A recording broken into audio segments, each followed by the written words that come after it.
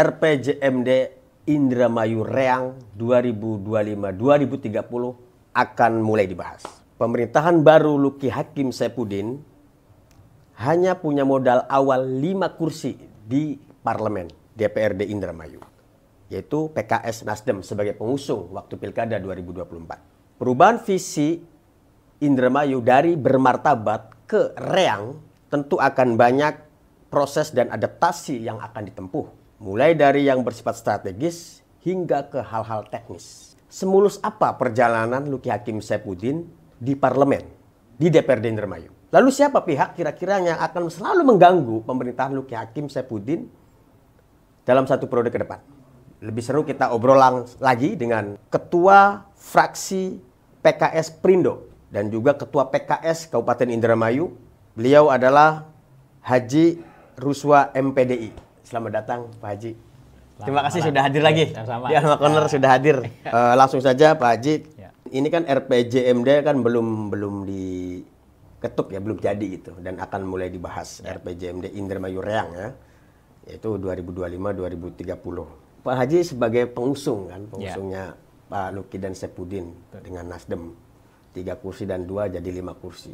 Ini kan yang 45 ini bukan pengusung gitu, dan juga bukan pendukung, karena sebelumnya juga partai non parlemen ya yang mendukung. Ada itu 5 kan. partai non parlemen. Ya non parlemen kan yang nggak punya kursi gitu. Ini gimana nih kira-kira mulus nggak nanti nih 45? Gimana caranya 45 kursi ini bisa menerima membahas RPJMD Indramayu Reang ini?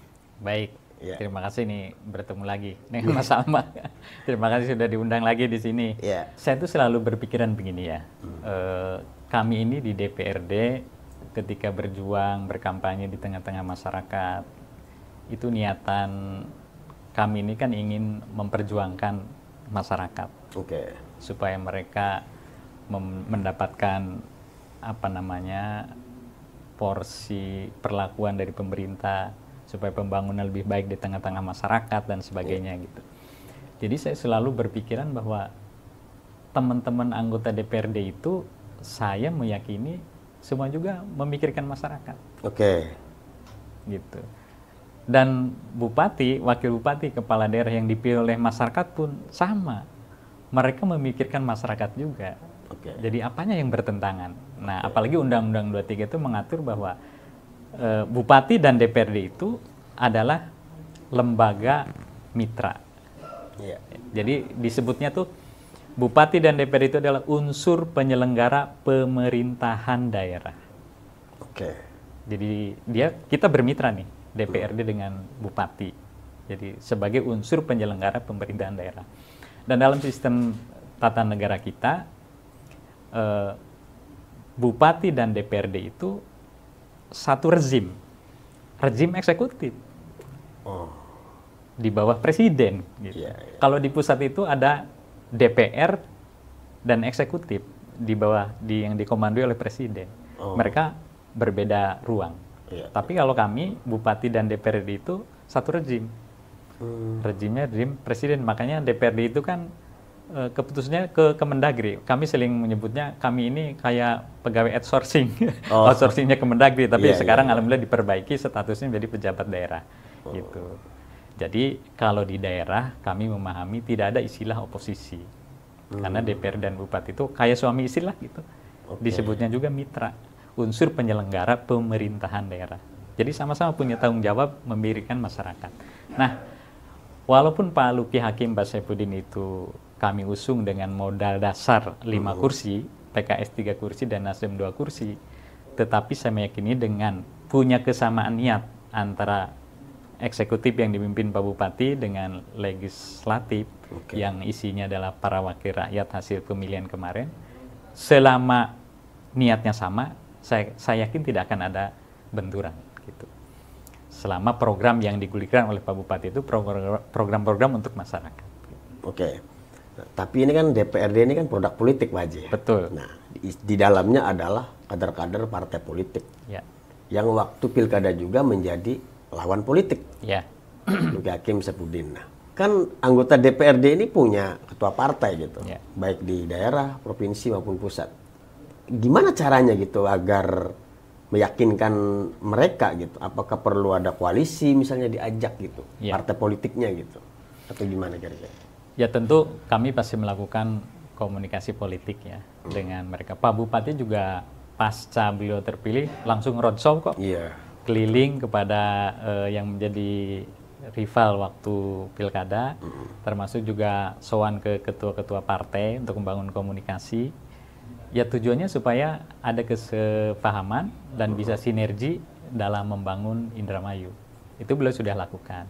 Jadi saya meyakini pada ujungnya dengan positioning tadi, sebenarnya kita ini sama-sama unsur penyelenggara pemerintahan daerah, walaupun beda peran dan fungsinya, ditambah dengan Pak Bupati juga sudah safari politik kepada ketua-ketua partai, dan insya Allah kami juga di DPRD juga membangun komunikasi politik. Ya insya Allah pada ujungnya kita akan bisa sinergi bareng-bareng memikirkan masyarakat Indramayu gitu. Kalaupun nanti ada mungkin partai yang tidak mau seiring sejalan atau tanda petik dimaknai oposisi, walaupun aslinya tidak ada oposisi di daerah itu ya, tapi mungkin lebih memerankan mitra kritisnya sebagai check and balances bagi bupati, saya kira bagus karena pemerintah tanpa kontrol dia akan sewenang-wenang. Jadi kontrol itu bukan berarti negatif. Jadi kalaupun nanti pada perjalanannya ada mungkin partai atau fraksi yang lebih memerankan diri sebagai check and balances ya, dengan lebih mengontrol pemerintah, justru itu lebih bagus ya. Bagus karena Pak Bupati akan terkontrol perjalanannya gitu. Tapi kan begini, ini aja baru kemarin nih, yang terbaru nih ya, yang lagi anget ini kan, misalkan Luki Hakim soal ke Jepang ini kan viral banget nih. Sontak, nah di medsos ini banyak sekali yang menyerang gitu. Nah, bahkan ada juga anggota dewan yang ikut gitu, menyerang gitu loh, atas nama, ya mungkin saya sebut saja ada dari PD Perjuangan, ada PKB gitu, beberapa kadernya mulai nyerang gitu, memanfaatkan isu ini. Nah, itu menurut Pak Haji apakah itu juga bukan oposisi gitu? Memanfaatkan isu yang sekarang ini gitu. Ya itu yang saya sebut peran check and balances ya. Sepanjang nyerang itu tidak personal, tetapi menyerang itu mengoreksi kebijakan, meluruskan kebijakan, saya kira baik ya. Yang penting jangan tendensius ya, jangan tendensius. Apalagi nyerangnya personal, sepanjang menyerang kebijakan atau meluruskan apa yang salah dilakukan oleh eksekutif, saya kira baik ya, baik. Gitu. Kira-kira ada gak yang sekarang yang tendensius gitu arahnya? Kalau secara kelembagaan saya belum lihat itu ya, mungkin personal kali ya. Secara personal mungkin ada, ya susah kan, kita nggak bisa mengatur hak personal orang per orang, itu hak mereka gitu. Sepanjang saya kira nanti Pak Bupati punya kebijakan baik untuk masyarakat, saya meyakini DPRD itu tidak ada kuasa untuk menahan, melarang. Apalagi sebenarnya kalau di daerah itu yang punya power itu ya eksekutif. DPRD itu nggak terlalu, powernya nggak sekuat eksekutif.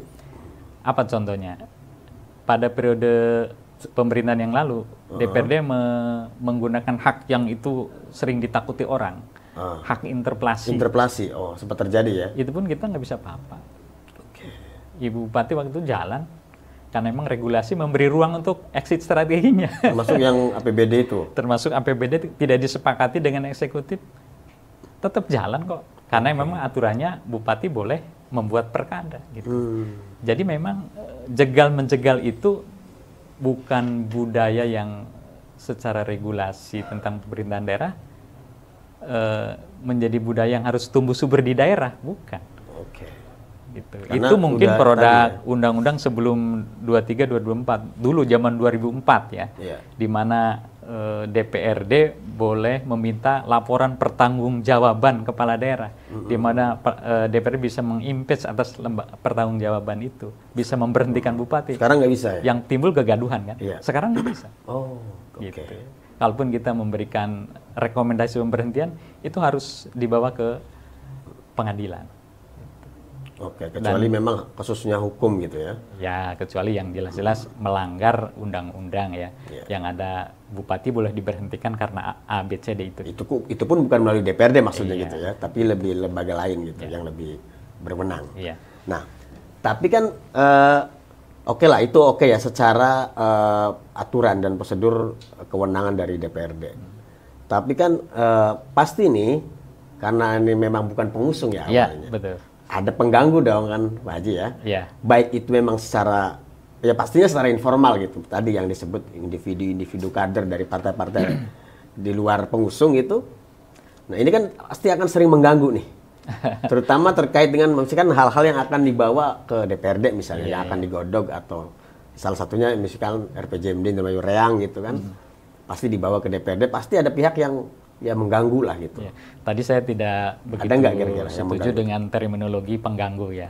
Oke, ya. Saya dengan teman-teman itu nggak ada niatan mengganggu eksekutif. Dan sejauh perjalanan saya periode ketiga di Dewan ya, ya kita tidak pernah mengganggu. Kecuali memerankan check and balances, gitu kan. Jadi nggak ada teman-teman Dewan, saya yakin dari 50 itu yang ingin mengganggu perjalanan pemerintahan daerah itu nggak ada.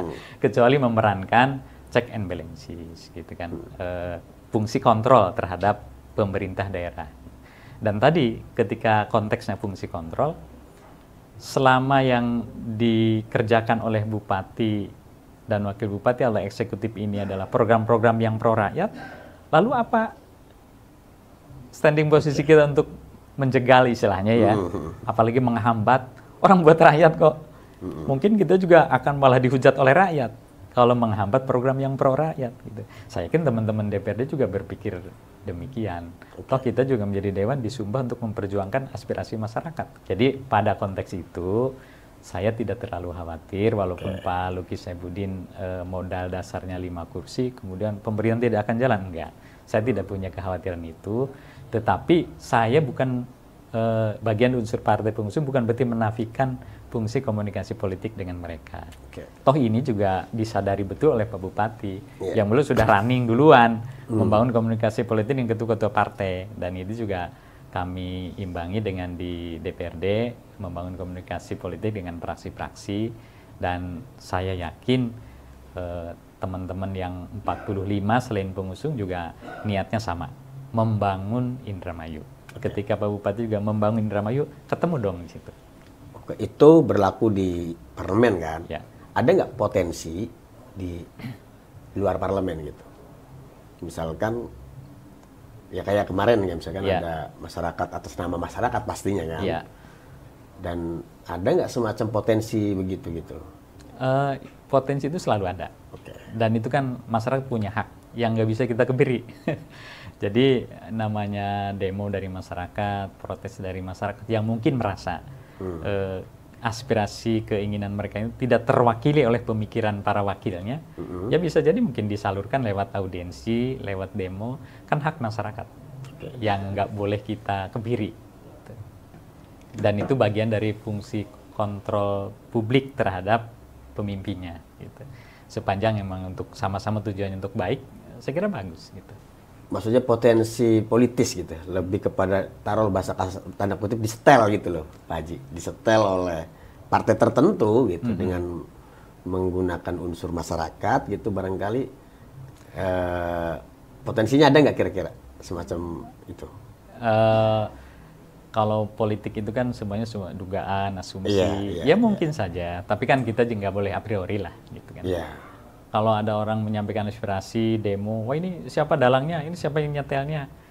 Kalau selalu begitu, ujungnya kan tidak sehat ya. Tapi ya terlepas apakah itu by design, disetel, disetting dan sebagainya, sepanjang menjalankan fungsi kontrol dan tujuannya sama-sama untuk kebaikan masyarakat Indramayu, is okay, gitu kan. Gak masalah, saya kira masyarakat tidak boleh dikebiri untuk menyalurkan aspirasi dan suaranya. Gitu. Oke, kita kembali ke parlemen ya, Pak Haji ya. Pemenang ini kan Golkar ya, di Indramayu ini ada 14 kursi. Terus disusul PDI Perjuangan 12 kursi dan PKB 10 kursi. Dan partai besar yang ada di parlemen ini kan kemarinnya kan lawan semua gitu. Betul. Ya. lawan semua, yaitu incumbent dan juga yang pasangan 01 itu. Nah, untuk memastikan gitu agar misalnya Golkar lah taruh, Golkar aman misalnya atau tidak atau belum, atau masih abu-abu gitu. Sampai sekarang ini sudah sejauh mana gitu komunikasi politiknya? Gitu. Setahu saya Pak Bupati membangun komunikasi dengan Ketua Partai Golkar. Oke. Kalau di Indramayu itu Mas Daniel ya. Iya, ketuanya Mas PLT-nya Daniel. Mas Daniel. Ya. Sudah clear maksudnya Golkar. Dibangun komunikasi. Ya urusan kan kalau komunikasi tidak mesti ujungnya clear tidak clear kan gitu. Ya, maksudnya ada siap dukung gitu, minimal kan gitu. Iya, Gerindra ada Pak Haji Kasan, Pak Bupati juga membangun komunikasi gitu kan. PKB juga Pak Haji Amroni bangun komunikasi. PKB sudah? Sudah. Sudah buka puasa di Pendopo juga, diundang di acara buka puasa PKB juga Pak Bupati hadir gitu kan. Itu komunikasi politik gitu. Mungkin yang sejauh ini belum sempat ya, bukan tidak. Belum sempat dibangun komunikasi, saya lihat masih ada beberapa partai yang belum selesai komunikasinya nih. Apa nih? Ada PDI Perjuangan, Demokrat ya, Perindo. Cuman kalau Perindo bagian dari fraksi PKS Perindo mungkin dianggap ya kan cuma satu kursi terwakili, tapi kan cuma satu kursi kan Perindo ya. Iya, memang kursinya cuma satu. Mungkin PDI Perjuangan lah yang banyak ya, yang saya kira bukan Bupati tidak mau komunikasi, tapi belum aja. Belum ya. Belum. Saya yakin mungkin pada saatnya Pak Bupati juga akan komunikasi dengan Ketua Partai PDIP, Ketua Partai Demokrat tapi Demokrat memang fraksinya bareng dengan Nasdem ya. Mungkin apa sudah dianggap itu satu bagian gitu ya. Saya beberapa kali ngobrol sama Pak Bupati, memang beliau juga kemarin belum sempat semua aja sih waktu Ramadan itu ya. Jadi pada ujungnya nanti setelah momentumnya pas mungkin beliau juga akan sowan silaturahim. Kira-kira kalau diajak, berarti kan dikirim surat dong ya ke PDI, contoh si PDI nih. Ini kan yang paling banyak PDI dulu dah, yang 12 kursi. 12, yang pemenang kedua gitu. Itu mungkin nggak mungkin mereka menerima dan mau minimal mendukung lah gitu semua kebijakan. Saya tidak bisa mewakili pemikiran kawan-kawan di PDIP ya, dan tidak mau mendahului sikap mereka. Bener. Tapi yang pasti Pak Bupati, kita juga partai pengusung punya itikat baik, mengajak semuanya untuk membangun Indramayu. Adapun setelah diajak, ada yang pilihan standing posisinya adalah memerankan check and balances, kan hak masing-masing, kita nggak bisa memaksakan. Tapi kan saya yakin sama tujuannya bagaimana Indramayu lebih baik.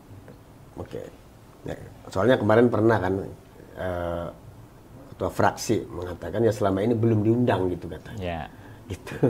Ketua fraksi PDI. Iya, bilang belum diundang gitu. Ya coba mungkin diundang lah Pak Haji. Iya. Belum berarti ya. Ya. Nah, balik lagi ke situasi di di luaran ya. Jadi ya sekarang sudah mulai muncul ya Pak Haji ya.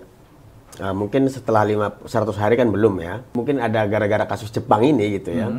Jadi rame lagi nih.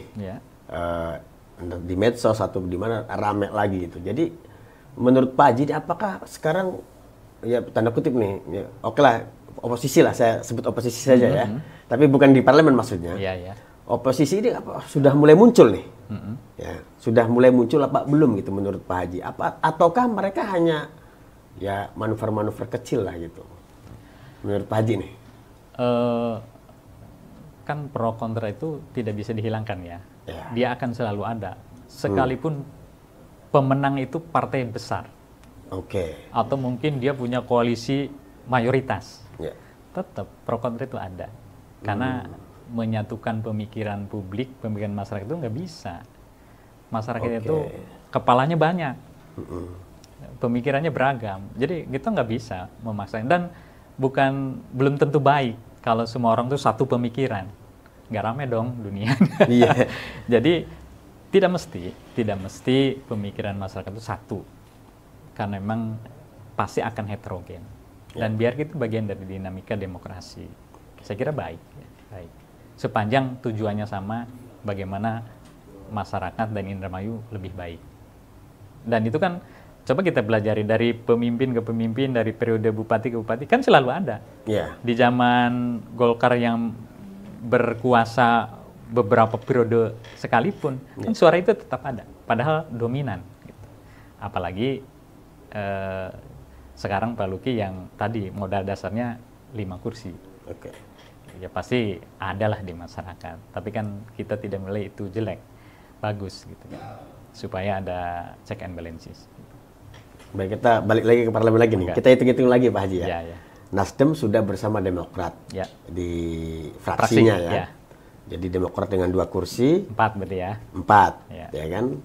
Jadi ada tambahan 2 sama Perindo sudah dengan PKS 3. Jadi 5 dengan 3 8 nih. Oke, sisa fraksi ya. Iya, fraksi. Saya tidak ingin mengatakan bahwa partainya mendukung, tidak. Iya belum. Ini masih di fraksi. Tentunya itu mungkin dianggap mudah lah. Karena satu fraksi gitu. Nah, sekarang tinggal Golkar tadi sudah disampaikan Pak Haji, ya kemungkinan besar oke lah, ya kan, karena tanda kutip di Golkar ini jarang sekali oposisi gitu. Bukan DNA-nya. Iya, bukan DNA-nya. Betul. Jadi anggap saja clear gitu dengan 14 kursi. Jadi 14 ditambah 8 tadi sudah 22. Nah, tinggal sisa 28 ya. Terus kita ke PKB nih. 10 kursi. Ya kan? Sisa PKB dengan PDI dengan Gerindra. Dan Gerindra. Oke, Gerindra dulu yang 6 kursi ya. Sepertinya juga Gerindra sudah clear lah, karena tadi udah sering komunikasi kan. Yang 6 kursi. Berarti 2 dengan 6, 28. Sisa 22. 22 itu siapa? PDI dan PKB. Nah, sekarang PKB dulu, nanti pada terakhir kita bahas lagi. Nah, PKB nih, udah sejauh mana nih PKB nih gitu? Saya melihat Pak Bupati inten ya, komunikasi dengan pimpinan partai. Pak Amroni ya, ketuanya sekarang ya? Ya, kalau saya melihat aja gini, PKB malah yang pertama di undang buka puasa di Pendopo. Pertama ya? Pertama, dan pimpinan partai dengan seluruh fraksinya hadir. Habis itu PKB mengadakan buka puasa, undang bupati hadir juga. Berarti 2 kali dong puasa kemarin ya? Ya kalau dengan PKB nih. Orang sudah sering ketemu kan berarti punya setidaknya ada kesamaan tujuan gitu kan. Jadi saya punya keyakinan insya Allah kawan-kawan yang di PKB sama, bagus-bagus, niatnya baik-baik juga sama. Semua teman saya yang 50 itu semuanya baik-baik niatnya ya. Jadi kita tuh sedang menyatukan kesamaan niat gitu ya untuk membangun Indramayu. Jadi ya insya Allah bisa bersama-sama. Tapi berarti PKB aman gitu. Tapi gini, bukan berarti bersama-sama mengawal pemerintahan Indramayu itu menutup ruang untuk kritis. Tidak, karena memang pemerintahan tanpa dikritik, tanpa dievaluasi akan tidak baik, akan menjadi sewenang-wenang. Jadi kalaupun nanti terbangun chemistry dengan praksi-praksi yang ada, kita juga tidak berharap kemudian tidak ada kritis. Ya tetaplah kritis sebagai fungsi anggota DPRD kan gitu.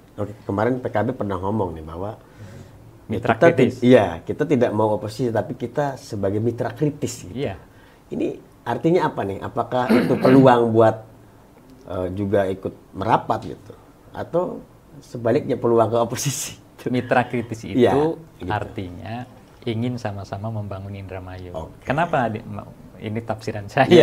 Kenapa PKB menyebut kami mitra? Ya memang undang-undangnya menyebutnya kita mitra kok. DPR dengan eksekutif itu mitra.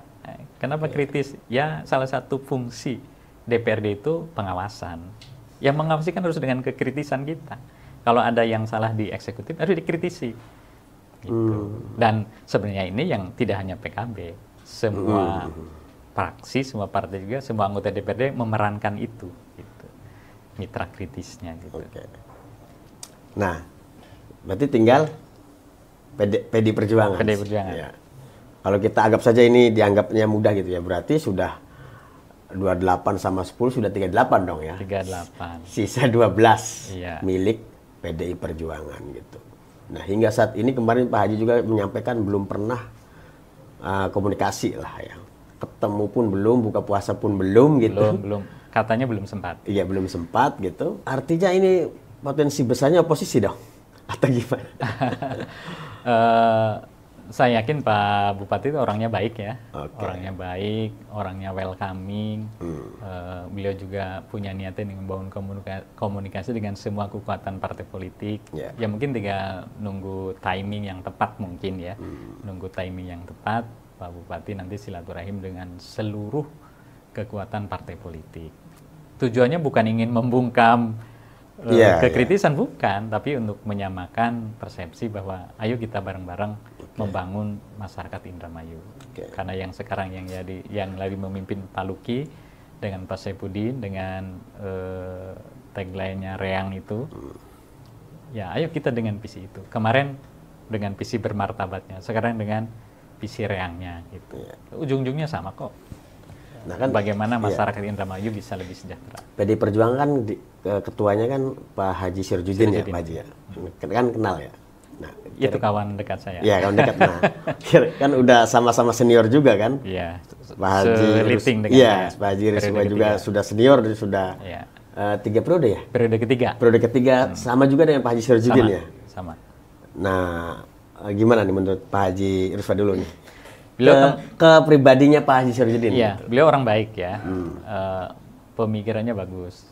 Kritis juga. Teman diskusi saya. Gitu. Dan ya banyak menguasai masalah lagi. Saya yakin, saya sering ngobrol kok secara pribadi. Beliau juga sering menyampaikan, saya itu tidak punya ada niatan benci terhadap bupati gitu. Dan ya memang semua anggota DPR tidak ada yang benci kepada bupati, saya yakin ya. Sebagai bupati ya, pasti semuanya punya niatan yang sama, ingin. Adapun kalau bersikap kritis, itu karena tujuannya ingin kalau bupati salah diluruskan gitu kan. Kalau ada kebijakan pemerintah daerah yang kurang tepat, ya dikritisi gitu. Ya konteksnya itu saya kira. Jadi ya saya kira yakinlah masyarakat, insya Allah bupati dan DPRD itu akan berfungsi sesuai dengan posisi yang diatur dalam undang-undang. Karena kita DPRD mau jungkir balik kayak apapun, selama undang-undang tidak memberi kewenangan nggak bisa apa-apa kok. Nah mungkin kalau kita mencari perbandingan, pada periode Ibu Nina kemarin, toh pengusungnya nggak mayoritas juga kan? Iya kan? Cuma, PDI 7 kursi, Gerindra 6 kursi, 13. Tambah Nasdem waktu itu 1 atau 2 saya lupa ya. Satu. Iya. Kan hanya berapa? 13 atau 14? Kan bukan mayoritas. Selesai kok Bu Nina, 1 periode. Ada nggak dinamika kekritisan sampai ada hak interpelasi? Apakah mandek pemerintahan? Tidak. Gitu. Kenapa diinterpelasi dan sebagainya? Itu memerankan fungsi check and balances. Gitu. Jadi saya punya keyakinan betul bahwa insya Allah pemerintahan akan tetap berjalan sesuai dengan roda dan regulasinya. Adapun peran-peran kritis di DPRD yang dilakukan oleh teman-teman, ya memang mereka harus memerankan itu. Tapi saya satu lagi punya keyakinan, semua teman saya yang DPRD yang 50 orang itu, semuanya niatannya sama, membangun Indramayu. Gitu. Nah sekarang yang terbaru nih, kemarin kan Ketua DPRD kita ini kan sedang PJS ya, karena yang dari Golkar itu wafat ya. Pak Haryono itu. Nah berarti kan di PJS oleh Pak Haji Sirjudin. Sekarang Pak Haji Sirjudin yang jadi memang aturannya ketika Ketua DPRD berhalangan tetap, maka pimpinan yang tersisa otomatis ada 3 itu berempuk untuk menyepakati siapa yang akan menjadi apa istilahnya PLT atau PJS gitulah. Pokoknya pengganti sementara lah. Ya PJ lah misalnya, PJS lah, ya. Gitu. Atau PLT mungkin tepat. Nah ini kan dari Ketua PDI Perjuangan dong ya. Kira-kira ada pengaruhnya nggak nih untuk ke Luki Hakim? Kan belum ada komunikasi nih cerita. Iya. Ada nggak pengaruhnya? Maksudnya pengaruh dalam hal apa ya? Ya, kan bentar lagi kan RPJMD Indramayu Reang kan mau dibahas gitu. Oh iya. Nah, ada nggak pengaruhnya gitu kira-kira? Saya kira kalau untuk ke timeline dan proses pembahasan tidak. DPRD itu lembaga kolektif kolegial. Beda dengan eksekutif. Makanya disebutnya ketua. Kalau ketua itu tangannya harus begini. Kalau kepala bisa begini.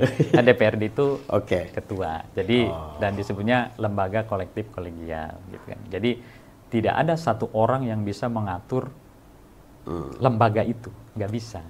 Karena itu wadah politik yang terjadi dari beragam entitas gitu kan.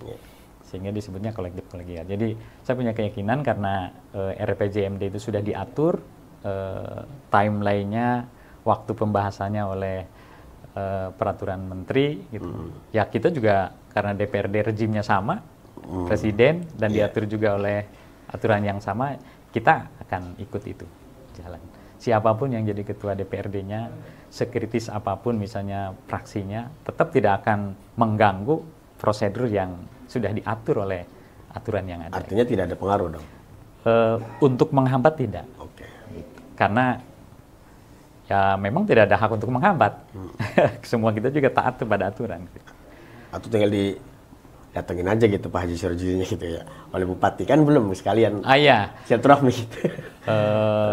Insya Allah mungkin pada saatnya ya nanti ada silaturahim untuk komunikasi. Beliau baik kok, tidak pernah memang. Kemarin lagi Pak Zaman Bu Nina memimpin Indramayu, walaupun pengusungnya tidak mayoritas, kan yang mayoritas bukan pengusung tidak menghambat juga kan. Karena memang kalau kita menghambat kita yang salah dong. Gitu. Waktu itu Pak Golkar juga ya, saya sekarang Bupati ya, Ketua DPRD-nya ya. Iya. Jadi kalau kaitannya dengan apakah pemerintahan akan berjalan atau tidak, insya Allah akan berjalan. Karena DPRD juga taat aturan, eksekutif juga harus mengikuti aturan. Jadi kita akan jalan bareng-bareng gitu. Adapun dalam proses bersama-sama mengelola pemerintahan ini, ada yang kritis, ada yang membackup, ya memang harus begitu dinamikanya gitu kan. Harus begitu. Kalau pemerintah tanpa kritik, ya cenderung semenang-menang nanti. Oke. Nah balik lagi ke DPRD. Nah mungkin sedikit bisa dijelaskan nggak Pak Haji ya soal sampai kapan gitu nih PJS nih gitu. Dan pastinya kan Golkar lagi ya Pak Haji ya? Iya, karena hak partai pemenang. Oke. Nah kira-kira sampai kapan ini ketua definitif? Iya, definitifnya. Kemarin saya ngobrol dengan pimpinan pasca wafatnya Pak Ketua DPRD Pak Haji Haryono almarhum. Pimpinan katanya sudah menyurati Partai Golkar untuk segera mengirim calon ketua definitifnya. Jadi mungkin barangkali sedang berproses di internal Golkar ya. Oke. Seberapa lama ya kita nggak tahu karena itu. Ada nggak di tatibnya gitu misalnya harus maksimal sekian hari gitu? Enggak. Oh nggak ada. Itu sampai ada pimpinan definitif. Gitu kan. Karena kan ruang politik nggak bisa diatur oleh. Ya, jadi memang yang mengusulkan dan memastikan itu partai Golkar ya, dalam hal ini Golkar gitu ya. Golkar. Jadi satu orang gitu nggak dipilih oleh satu DPR. orang. Jadi nanti ketua DPRD siapa tergantung Golkar mengutusnya siapa. Oh gitu. DPP Golkar memberikan SK-nya kepada siapa. Gitu. Oke. Jadi intinya sedang menunggulah keputusan. Dan dalam hal ini kan di Indramayu ini ketuanya masih PLT ya, Mas Daniel itu ya. Iya. Jadi nanti Mas Daniel akan menggodok nih di pasti memproses beliau, ya memproses usulannya kepada pusat lagi ujungnya ya. Nanti mungkin dari pusat akan turun SK masuk ke DPRD, DPRD memproses ke Pak Gubernur gitu. Nanti, berarti DPRD harus menerima SK dari partai. Iyalah. Semacam itu. Dan itu ketua umum maksudnya SK-nya. Iya. Bukan daerah ya. Bukan. Oke. Nanti diproses lewat bupati ke gubernur. Nanti dari gubernur turun SK definitif tentang ketua DPRD Indramayu, baru dilantik. Oh gitu. Setelah dilantik baru bisa bekerja. Gitu. Oke. Nah, menurut Pak Haji ini nggak apa-apa pribadi juga gitu. Siapa yang layak kira-kira? Dari 14 berarti tinggal 13 ya. Dari 13 anggota Golkar di Indramayu gitu. Kan di situ campur lah, ada yang baru, ada yang senior gitu ya, ada yang sedang gitu. Menurut Pak Haji nih, siapa ya kira-kira yang nggak apa-apa? Ini mah curhat aja. Teman-teman di Golkar itu pinter-pinter ya, bagus-bagus. Menurut saya layak semua. Layak semua. Cuman di antara yang semuanya punya kelayakan, ya mungkin ada yang senior, ada yang punya public speaking bagus, ada yang penguasaan masalahnya lebih baik, mungkin ya tentu tidak semuanya mungkin ya, di antara yang baik-baik dari yang 13 itu mungkin ada yang terbaik di antara mereka. Cuman siapanya ya Oke. Itu kan haknya Mungkin saya Partai pancing dulu. Golkar lah, hak Partai Golkar lah itu. Mungkin saya pancing. Ya ini bukan soal ini memutuskan ya, tapi Ya, ini ya. kita lagi ngobrol gitu ya. Menurut pendapatnya Pak Haji gitu kan, Pak Haji juga senior sudah 3 periode sekarang kan. Periode ketiga. Periode ketiga sekarang gitu. Karena belum selesai periode tiga. Iya. Nah di sana mungkin saya lihat ada senior Pak Haji Muhaimin ya dari Dapil 3 dan Pak Pak Risman Dapil 2. Risman Dapil 2. Iya. Ini Ada senior Ibu Nur udah Hayati Dapil Ibu Nur Hayati juga 3. kan, Dapil 3 juga sama. Ada Pak Rojak Dapil 5. Nah, tapi masih 3 periode, 2 periode ya? Periode kedua beliau. Periode kedua. Kalau Haji Muhaimin sudah 4 periode. 4 malah. Bahkan beliau juga sekretaris kan? Posisinya sekretaris DPD. Golkar. Iya, Indramayu. Nah, ini gimana nih Pak Haji Muhaimin sama Pak Risman? Pak Haji Muhaimin, saya sering diskusi, beliau senior, dulu pinter, menguasai masalah. Pak Risman juga sama, humble, mau baca, menguasai masalah. Bu Nur Hayati juga beliau magister, sekarang ketua fraksi. Oh iya. Sebenarnya periode ketiga juga beliau itu walaupun sempat terselang ya. Pak Rojak walaupun baru periode kedua, public speakingnya bagus, mau baca penguasaan masalahnya bagus. Ada juga Pak Haji Warli juga bagus. Dia udah Dapil 4 ya, Pak Haji Warli. udah periode ketiga. Dan yang lainnya mungkin nggak bisa saya sebutkan. Orang Golkar tuh bagus-bagus loh. Iya, Saya kira siapapun yang diutus, ditunjuk oleh pimpinan Golkar, saya kira itu yang terbaik. Dan saya yakin bisa bekerja. Oke, jadi ya ini mas secara 13 itu yang paling senior itu Pak Haji Muhaimin berarti. Kalau dari periode jabatan di Dewan, Iya. Pak Haji Muhaimin sepertinya ya. Paling senior. Periode keempat beliau. Iya, oh. Yang keduanya Pak Risman itu periodenya 3,5 mungkin ya, karena dulu beliau lagi pertama kali PAW. Oh iya, Gitu. 3,5 ya. Habis itu ada yang 3 periode, ada Pak Haji Warli, ada Ibu Nur Hayati, dan yang lainnya. Pak Rojak itu sebagai sekretaris fraksi, dia periode kedua sekarang. Oke, itu dari sisi pengalaman lah, lamanya di senioritas di Dewan. Iya, oke. Lalu dari sisi jabatan yang tertinggi, Jabatan itu, berarti sekjen ya, kalau di partai Pak Muhaimin sekjen ya. sekretaris. Saya nggak hafal ya karena Oh, iya. Ya itulah. nggak gitu. hafal. Oke, Cuman oke. kalau yang pernah menduduki jabatan di DPRD ya Pak Muhaimin pernah ketua fraksi, Pak Risman pernah ketua komisi, Bu Nur Hayati sekarang ketua fraksi, Pak Rojak ketua komisi, sekretaris fraksi juga, Pak Warli pernah jadi pimpinan komisi. Oke. Ya semuanya orang-orang pengalaman. Oke, ini secara umum lah. Terakhir. Iya. Harusnya seperti apa sih figur ketua DPRD itu? Secara umum. Pertama kalau menurut saya, Ya. ulet ya. Oke. Ulet, mau bekerja keras karena memang ketua DPR itu tanggung jawabnya besar. Dia masuk unsur Forkopimda, artinya harus punya wawasan yang cukup, mau membaca karena aturan regulasi itu berkembang. Tentu yang lebih penting lagi adalah berjiwa dewasa. Oke. Kenapa? Karena DPR itu kolektif kolegial. Yang dia pimpin itu bukan satu warna, tapi warnanya banyak. Gitu kan. Jadi butuh figur yang bisa komunikasi yang baik dengan semua komponen ya, bisa lebih sabar gitu kan, bisa lebih memahami dinamika, tidak gampang emosional gitu kan. Karena ya tadi karena warnanya banyak di DPR itu warnanya banyak, nggak bisa ketua DPR itu saya pengen ini semuanya diikutin, enggak. Ada yang paling yang lain ketawa, emang lu siapa, kita kan partainya beda kan gitu. Bisa begitu kan. Iya. Gitu, ya. Jadi ya menurut saya itu, dan di Golkar banyak orang yang punya kapasitas itu banyak. Saya punya keyakinan Golkar partai yang sangat senior dan sangat pengalaman akan menugaskan kadernya yang terbaik, dan yang ditugaskan karena banyak yang baik-baik itu, saya yakin itu yang terbaik menurut mereka. Baik, mungkin terakhir closing statement Pak Haji, dari tadi soal RPJM, persiapan RPJM Indramayu yang harapannya seperti apa kira-kira biar mulus di parlemen ini dan didukung oleh semua komponen, mungkin langsung closing statement aja. Baik, saya perlu menyampaikan sedikit bahwa RPJMD Indramayu Riang ini sedang berproses ya di Bapeda, dan insya Allah Kalau tidak salah itu tanggal 17 sudah masuk tahapan konsultasi publik. Setelah konsultasi publik nanti masuk ke DPRD minta persetujuan rancangan awal.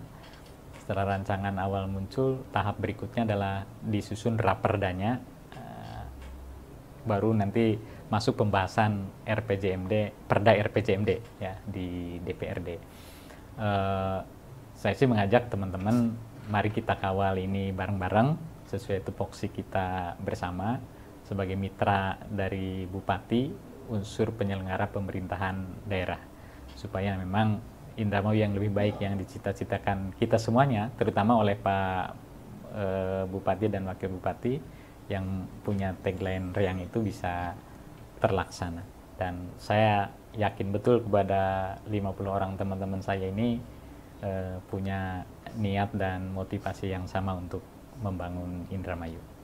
Baik, terima kasih Pak Haji. Kita kembali di Alma Corner di edisi berikutnya. Simak oper no baper. Terima kasih Ya, Haji Rusla. Semoga tidak bosan. Ya, siap. Keren.